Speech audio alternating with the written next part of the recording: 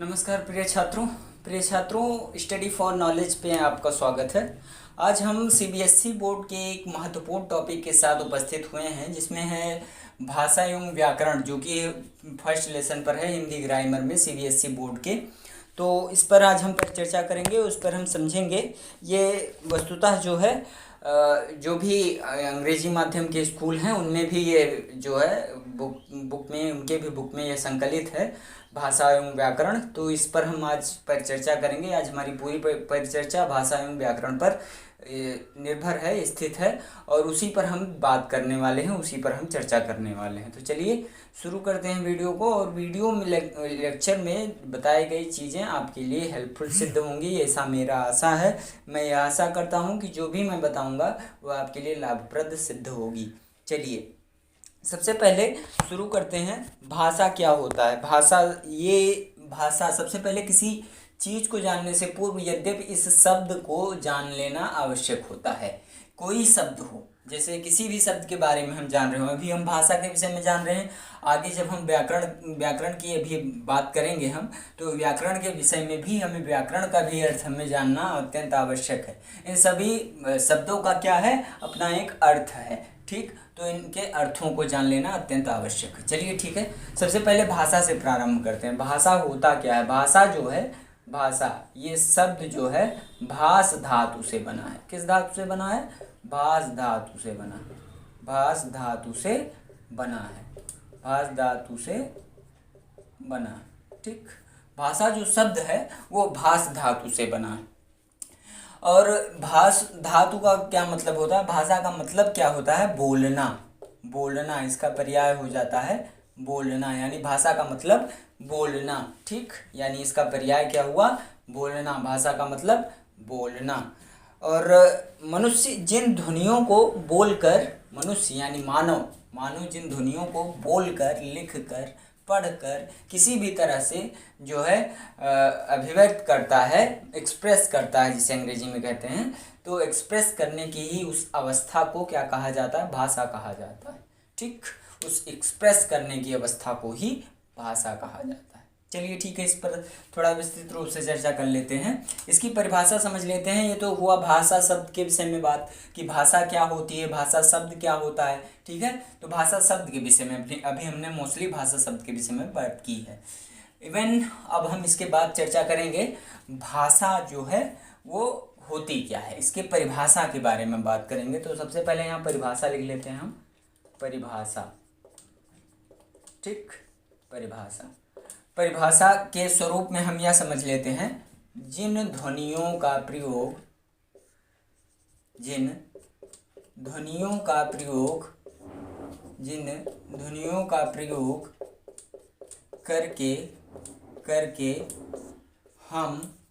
अपने मनोभाव, ये याद करने वाली चीज़ हो गई। अभी मैं इसका शॉर्ट ट्रिक बताऊंगा आपको। मनोभाव, विचारों को अभिव्यक्त करते हैं,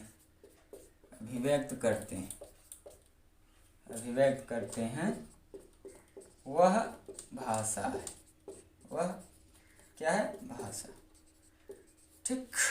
जिन ध्वनियों का प्रयोग करके हम अपने मनोभाव, विचारों को नहीं लिखा हमने, को अभिव्यक्त करते हैं, वह भाषा है, ठीक।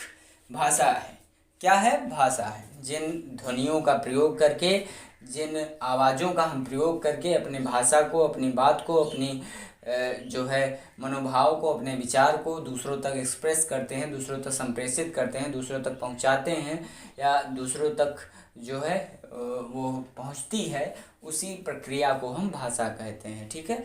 तो भाषा यह होती है, यानी जिन ध्वनियों का प्रयोग करके हम अपने मनोभाव, विचारों का अभिव्यक्त, आदान प्रदान करते हैं, वह भाषा होती है। चलिए ठीक है, भाषा के कई स्वरूप होते हैं, तो भाषा के स्वरूपों पर हम चर्चा करेंगे। और हमने ये समझ लिया कि भाषा होती क्या है।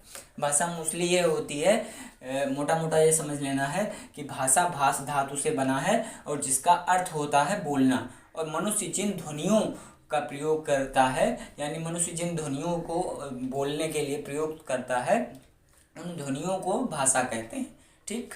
तो और यहाँ परिभाषा के स्वरूप में हमने लिख लिया, जिन ध्वनियों का प्रयोग करके हम अपने मनोभावों विचारों का आदान प्रदान या अभिव्यक्त करते हैं, कुछ भी कह सकते हैं, करते हैं, तो वह भाषा कहलाती है। ठीक है, बड़ा सिंपल सा है, इसे में कुछ जानना विशेष नहीं है कि भाषा क्या होती है, ऐसे वैसे इन सब चीज़ों को, ये तो रटने वाली विधा हो गई। मनोभावों विचारों का अभिव्यक्त करते हैं, वह भाषा है। तो इतनी सारी चीज़ों को रटने की आवश्यकता नहीं है, बस केवल इतना समझ लीजिए कि भाषा, मोटा मोटा इतना समझ लीजिए, भाषा वह है जिसके द्वारा हम अपने मनोभाव विचारों को दूसरों तक अभिव्यक्त, मनोभाव क्या, मन के भाव, ठीक, विचार क्या, कोई भी थॉट, कोई भी आइडिया आ सकता है आपके मन में। आपको अंग्रेजी ज़्यादा समझ में आती है तो ठीक है। चलिए अब आगे हम समझते हैं। भाषा की परिभाषा हो गई और हमने यह समझ लिया कि भाषा होती क्या है। अब आइए हम ये समझते हैं कि भाषा के प्रकार क्या क्या होते हैं। हमने जैसा कि आज इस वीडियो में पहले ही आपको दिख रहा होगा, ये हमने लिख रखा भाषा एवं व्याकरण, तो इन दोनों पर हम परिचर्चा करने वाले हैं। सबसे पहले हम भाषा पर परिचर्चा करेंगे। तो भाषा का पहला स्वरूप होता है, टाइप्स ऑफ भाषा, यानी भाषा का पहला स्वरूप। भाषा का पहला स्वरूप होता है मौखिक, जिसे हम अंग्रेजी में कहते हैं ओरल लैंग्वेज। ठीक, मौखिक भाषा यानी ओरल लैंग्वेज। मौखिक भाषा का क्या मतलब है? मौखिक भाषा वह भाषा होती है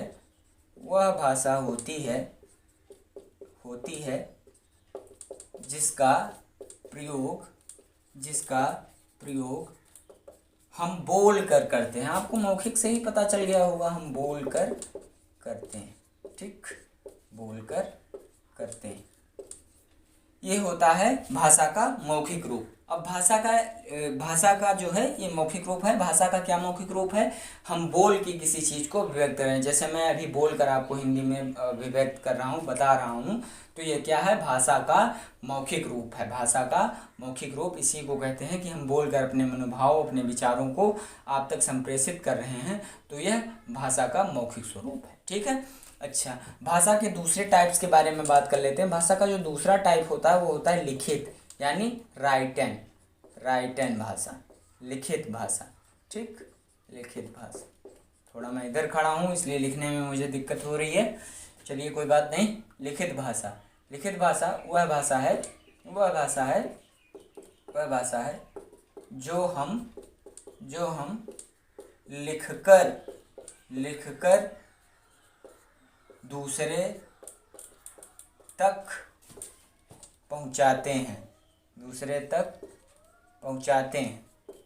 पहुंचाते हैं या भेजते हैं या दिखाते हैं। ठीक, कई बार कई कंडीशन में ऐसा होता है कि हम बोल नहीं सकते, तो उस कंडीशन में हमारे हाथ चल रहे होते हैं, तो हम अपने हाथों का प्रयोग करके जो है लिख के किसी चीज़ को, किसी मन के भाव को, किसी मनोविचार को जो है हम जो है लिख कर किसी को दिखा देते हैं कि भैया ये लो, हमें ये चाहिए, ये दे दो। ठीक, मतलब बिना बोले उसको दिखा देते हैं, तो वो समझ जाता है कि इन्हें जो है क्या आवश्यकता है या किस चीज़ के बारे में चर्चा कर रहे हैं। ठीक है, तो भाषा का लिखित स्वरूप क्या होता है कि भाषा को लिखकर अभिव्यक्त करना। भाषा का लिखित स्वरूप भाषा को लिखकर अभिव्यक्त करना। भाषा का तीसरा स्वरूप भी होता है, इसके बारे में हम चर्चा करेंगे। ये तो कंडीशनल है। ठीक, कंडीशनल है यानी परिस्थितियों के अनुरूप है। इसे कहते हैं सांकेतिक भाषा। सांकेतिक भाषा वह भाषा है जिसमें हम संकेत के द्वारा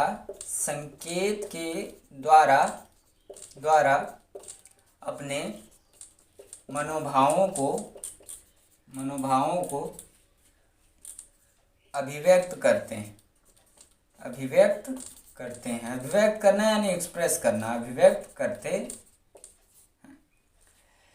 भाषा का सांकेतिक स्वरूप वह है जिसमें हम भाषा के सांकेतिक स्वरूप का प्रयोग उस समय, उस परिस्थिति में, उस स्थिति में हम करते हैं जब हमारे पास इन दोनों साधनों में से कोई एक साधन जो है उपलब्ध ना हो, इन दोनों साधनों में से हम किसी एक साधन में कंफर्टेबल ना हों, तब हम भाषा के सांकेतिक स्वरूप का प्रयोग करते हैं। यानी जैसे हम भोजन कर रहे हैं तो भोजन करने की अवस्था में हमारे हाथ और मुंह दोनों चल रहे होते हैं, तो उस टाइम क्या होता है कि हम भाषा के ना तो लिखित रूप को का प्रयोग कर सकते हैं, ना ही भाषा के मौखिक रूप का प्रयोग कर सकते हैं। उस समय बस केवल एकमात्र सहारा रह जाता है भाषा का सांकेतिक स्वरूप।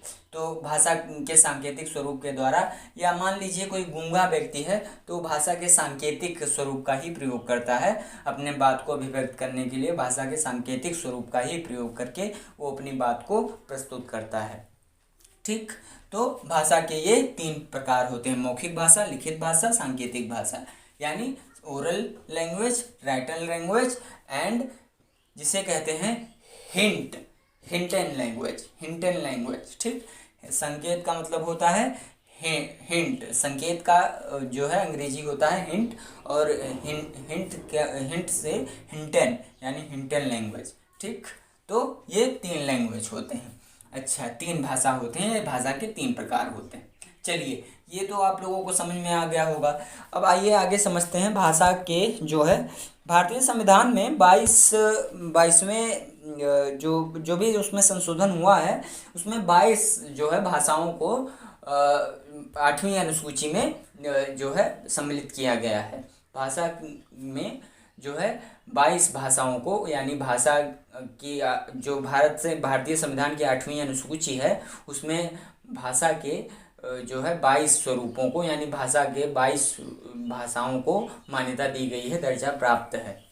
उनमें से एक एक भाषा को हम समझ लेते हैं। सबसे पहले है हिंदी, जिसको राजभाषा के रूप में जो है स्वीकारा गया है भारत में। आसामिया है, बंगाली है, डोगरी है, और बोडो है, उर्दू है, नेपाली है, साथ ही साथ गुजराती है, कन्नड़ है, पंजाबी है, और कोंकणी है, मैथिली है, मलयालम है, मराठी है, और साथ ही साथ मणिपुरी है, उड़िया है, संस्कृत है, और संथाली है, और तमिल, सिंधी और तेलुगु, ये भाषाएं 22 भाषाएं जो है भारतीय संविधान की 8वीं अनुसूची में विद्यमान हैं।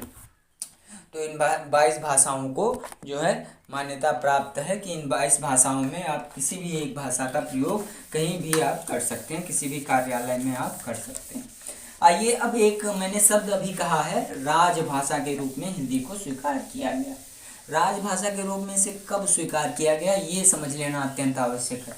तो भाषा यानी हिंदी भाषा को राजभाषा के रूप में 14 सितंबर 1949 को स्वीकारा गया था। यानी 14 सितंबर 1949 को हिंदी भाषा को राजभाषा के रूप में स्वीकारा गया। ठीक, राजभाषा यानी कब स्वीकारा गया, तो 14 सितंबर, जिस दिन हिंदी दिवस हम मनाते हैं। ठीक है, 14 सितंबर 1949 इस तिथि को जो है भारत ने हिंदी को राजभाषा के रूप में घोषित किया। यानी इस राजभाषा का क्या मतलब होता है, तो राजभाषा का यह मतलब होता है कि अनिवार्य रूप से आपको यह बाध्यता नहीं दी गई है कि आप जो है हिंदी का ही प्रयोग करें। ठीक है, आप जो है अपनी बातों को इन 21 लैंग्वेज में भी प्रस्तुत कर सकते हैं। जो 21 लैंग्वेज अदर हमने बताया, इनमें भी आप प्रयोग कर सकते हैं। वस्तुतः इसके लिए रीजन क्या है, ये मैं भारत का एक मानचित्र बना रहा हूँ। हो सकता है मुझसे कुछ त्रुटियाँ हों, पर चलिए ठीक है, भारत माता हमारी जननी है, हमें क्षमा करेगी। अच्छा, तो ये मैंने एक मोटा मोटा बनाया हुआ है। इसे आप साउथ एरिया कहते हैं, इसे आप नॉर्थ एरिया कहते हैं।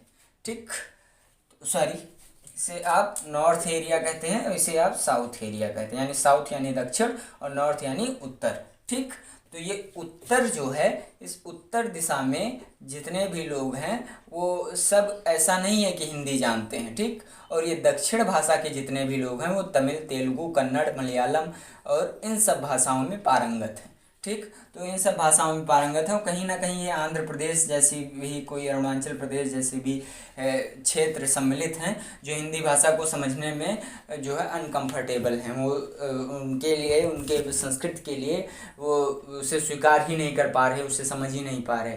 तो इसलिए हिंदी को राजभाषा के रूप में व्यवस्थापित किया गया है ताकि जो है आपके पास ऑप्शन रहे। जैसे आप इस एरिया में किसी कार्यालय में कोई काम करवाने जा रहे हैं, किसी कार्यालय में, तो आप जब इस एरिया में किसी कार्यालय में काम करवाने जा रहे हैं तो आपके पास तमिल, तेलुगु, कन्नड़ और मलयालम जैसी भाषाओं का प्रयोग करने का भी ऑप्शन है आपके पास। आप इन भाषाओं में भी एक पत्र लिखकर, एक लेटर लिखकर अपने बात को कह सकते हैं, या आप चाहें तो हिंदी में भी लिख सकते हैं। ठीक है, आपके पास विकल्प मौजूद है।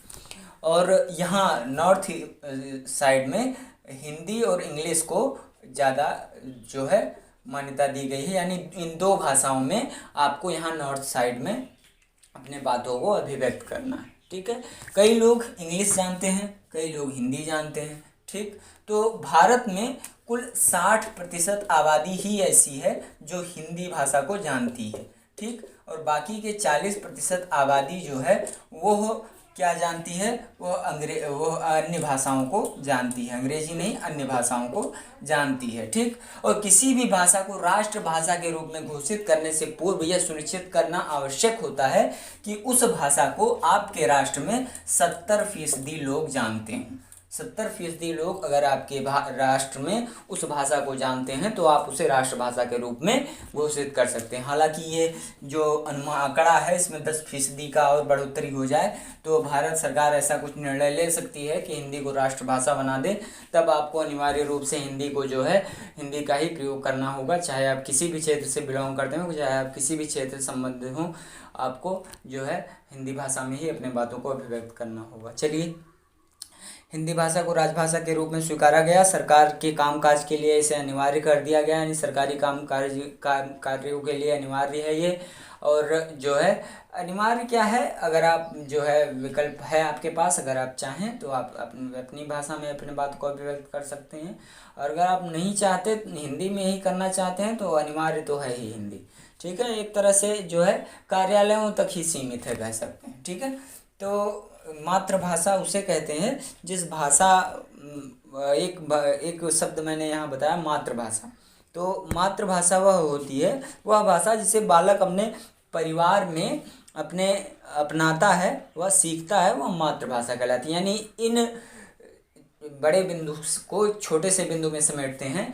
जो भाषा वह अपनी माता द्वारा सीखता है, अपने परिवार द्वारा सीखता है, अपने माँ बाप द्वारा सीखता है, जिस भाषा की संस्कृति में वह जीता है, उस भाषा को मातृभाषा कहते हैं। यानी शुरू से लेकर, उसका बचपन से लेकर और बड़े हो जाने तक, यौवन अवस्था तक हो जाने तक, उसकी जो भी वो जिन भी भाषा को जो है पढ़ता है, लिखता है, देखता है, सुनता है, वो भाषा उसकी मातृभाषा हो जाती है। ठीक है, तो ये क्लियर है। मातृभाषा भी हमने समझ लिया, भाषा भी हमने समझ लिया। ये समझ लिया 14 सितंबर 1949 को आखिर क्या है स्पेशल। तो 14 सितंबर 1949 को जो है हिंदी दिवस है, और आप सब लोगों से मेरा यह आग्रह है कि आप सब लोग अधिक से अधिक हिंदी को सीखें। इसलिए मैंने 14 दिसंबर से पूर्व ही हिंदी के विषय में आप लोगों को जो है वीडियो बनाकर बताना प्रारंभ कर दिया है, ताकि आप 14 सितंबर आने तक इतना तो योग्य हो जाएं कि आप हिंदी में जो है अपने बात को लिख सकें और अपने मनोभाव को एक निबंध लिखकर हिंदी पर प्रस्तुत कर सकें। ठीक है, तो इस योग्य में बनाने का आपको उद्देश्य कर रहा हूँ।